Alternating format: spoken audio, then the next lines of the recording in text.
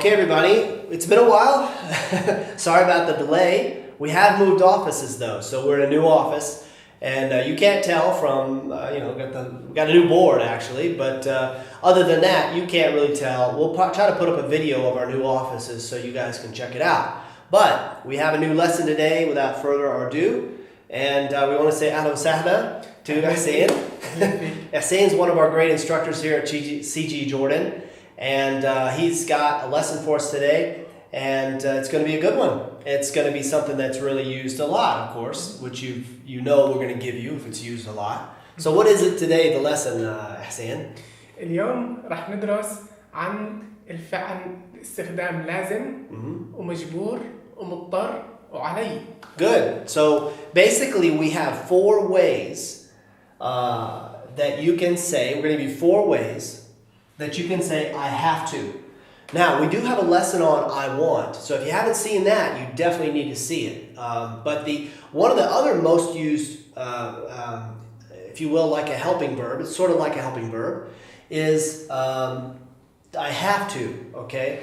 So here's the link. We're going to put it up on your screen now for I want, that video. Now, the second link, though, and this is one you have to see before we talk about this, because this is going to require that you know how to inflect verbs. So here's the link for Form 1, how to make past tense into present tense. See that video if you have not seen it and you don't know how to inflect verbs. Okay? And then come back and watch this video. Alright, so لازم. Now how much is لازم used? يعني مستخدم كتير لازم؟ نعم مستخدمة كتير بنسبة 85-80%. Okay, so 80 to 85% of the time, the way that they're going to say I have to is going to be using this simple word, okay? And of course, in transliteration, it's going to be like this. لازم, okay? So, how do we say, أعطيني مثال, give me a جملة, okay, كمثال. How do we use this? We're going to give a little sentence here on لازم, okay? مثال على لازم تحل الواجب. Okay, لازم تحل الواجب. Can you write that up there for us, Hussein?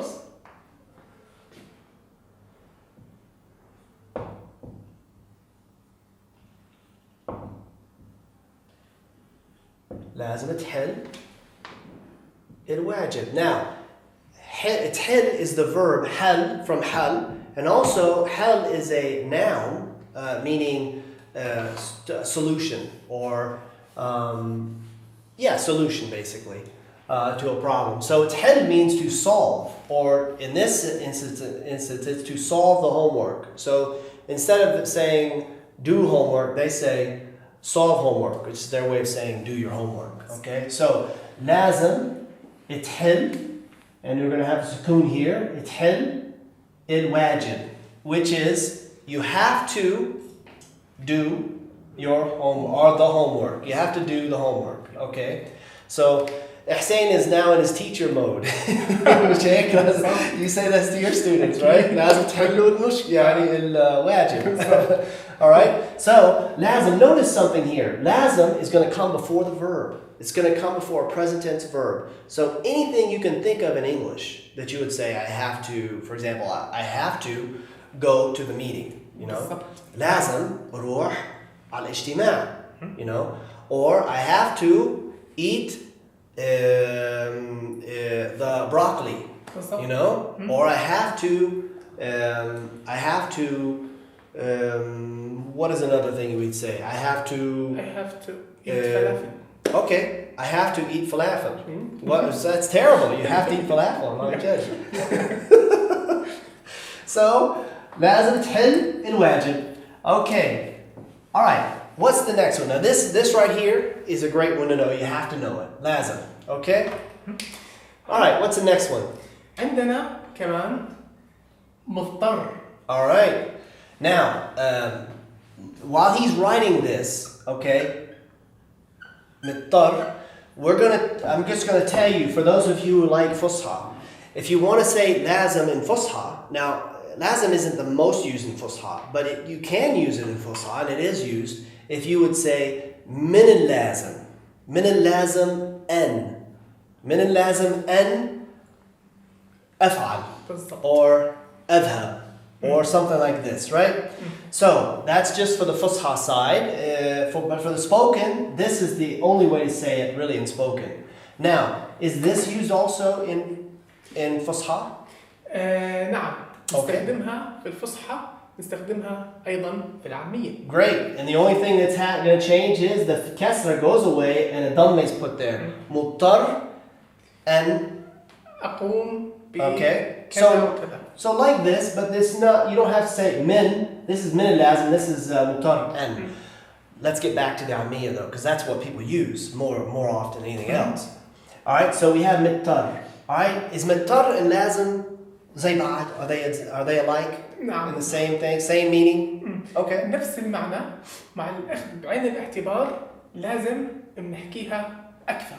Okay, lazim is just used a little more, but mittar. Okay, so let's give me a sentence here. Let's get a sentence from this, and I'm gonna write it in the transliteration while you're doing that. مضطر أروح على المكتب هلا. All right. Let me see here. This one's gonna be mit. Let's just go like this. Mittar. Okay. Mittar. Now, those of you Arabic linguists who really get into this stuff, do you see that da there? The da? That is actually in the original jadad, or not jadad, but in the original form, it's actually from form 8. So that is a ta.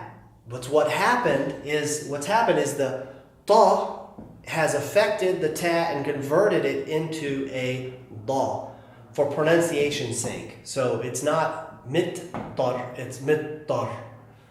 And that's what's happened. So this is from form 8. Ittar.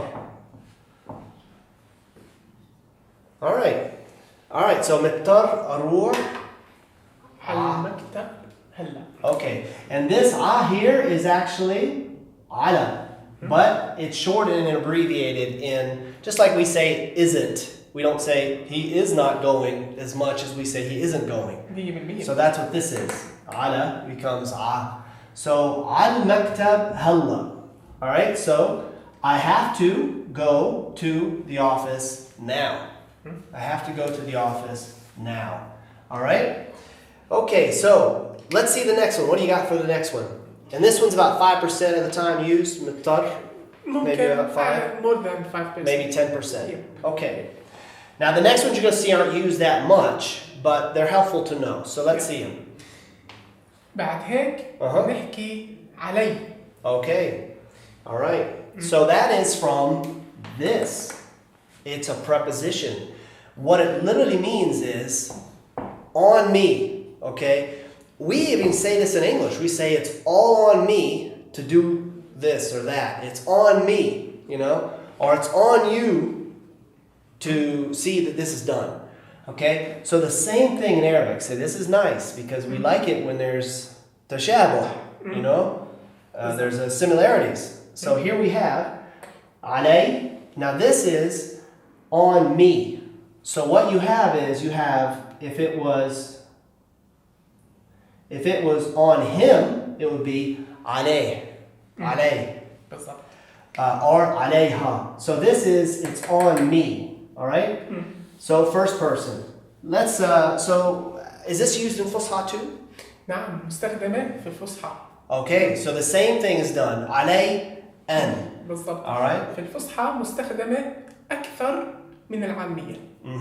That's great. Yes, that's true. Hussein saying this is علي is used a lot in Fusha actually. يجب and then علي is على is a lot. Yeah. So give us a little sentence here. مثالي. مش مثالي بس جملة. بالضبط.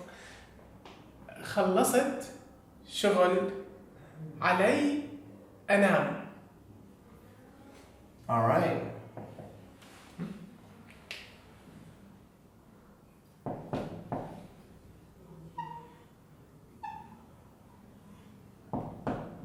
خلصت means خلص I finish I finished خلصت or خلصت بدك ايش شغل او شغل خلصت شغل. Okay, good. I finished work. بالضبط. هي مفهومة Your job, ضمن basically. يعني. It's Yeah. implied. Yeah. خلصت شغل. علي أنا. All right. Now this one is notice the sentence here. It's I finished work, and now I just have to sleep. Well, that's actually a good thing. He's yappy. You know? So it's kind of like if this one's used sometimes more often, and I mean it to mean maybe like this is what's left for me to do. بالضبط. Yeah.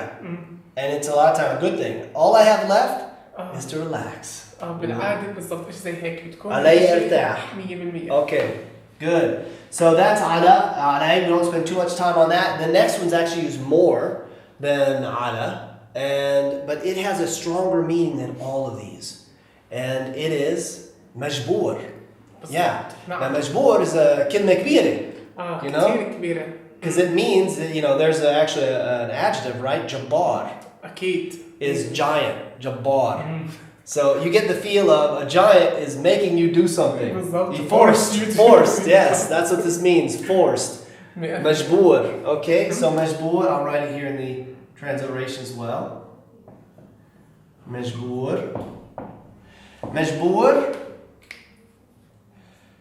You probably, if you know some Arabic, you might have heard the word إجباري.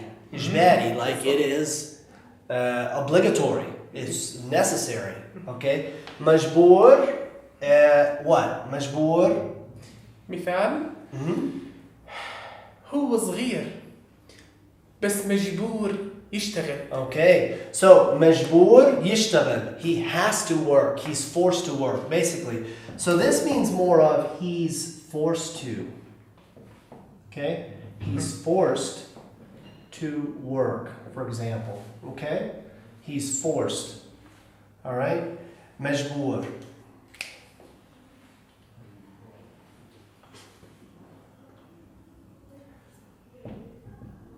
All right, so who is Lear? He is young, small or young.